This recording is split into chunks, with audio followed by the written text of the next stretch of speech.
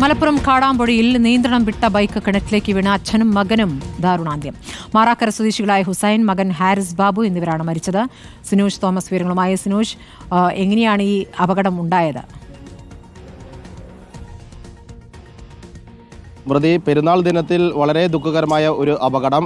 ഉപ്പയും മകനും മരിച്ചിരിക്കുന്നു. രാവിലെ പള്ളിയിൽ പോയി ഈദ്ഗാഹ് കഴിഞ്ഞ് ഹുസൈനും ഹാരിസും കൂടെ ബന്ധുവീടിലൊക്കെ തന്നെ പോയി. അതിനുശേഷം സ്വന്തം വീട്ടിലേക്ക് പോകുന്ന വഴിക്ക് കാടാമ്പുഴ കീഴ്മുറിയിൽ വെച്ചാണ് ഈ അപകടം സംഭവിക്കുന്നത്. ഒരു ഇറക്കമുള്ള സ്ഥലമാണ്.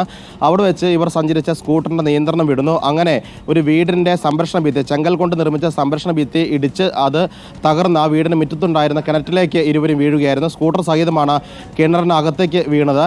ഈ കിണറിനും ചുറ്റുമതിലുണ്ടായിരുന്നു, ചെങ്കൽ കൊണ്ട് നിർമ്മിച്ച ചുറ്റുമതിലാണ്. ഈ കല്ലുകളൊക്കെ തന്നെ ഇടിയുടെ ആഘാതത്തിൽ ഈ വീടിൻ്റെ ചുറ്റുമതിലും കിണറിൻ്റെ സംരക്ഷണ ഭിത്തിയും ഉൾപ്പെടെയുള്ള ചെങ്കല്ല് ഇവരുടെ ദേഹത്തേക്ക് വീണാണ് ഗുരുതര പരിക്ക് പറ്റിയത്. നാട്ടുകാരും ഫയർഫോഴ്സും എത്തി ഈ കിണറ്റിലിറങ്ങി. കിണറ്റിൽ വെള്ളമുണ്ടായിരുന്നു, താഴ്ചയുള്ള കിണറായിരുന്നു. ഇരുവരെയും പുറത്തേക്ക് എടുത്ത് ആശുപത്രിയിൽ എത്തിയെങ്കിലും രക്ഷിക്കാൻ സാധിച്ചില്ല. അതായത് ചെങ്കല്ല് ദേഹത്ത് വീണ് ഗുരുതര പരിക്ക് പറ്റിയാണ് ഹുസൈനും മകൻ ഹാരിസും മരിച്ചിരിക്കുന്നത്. സ്മൃതി.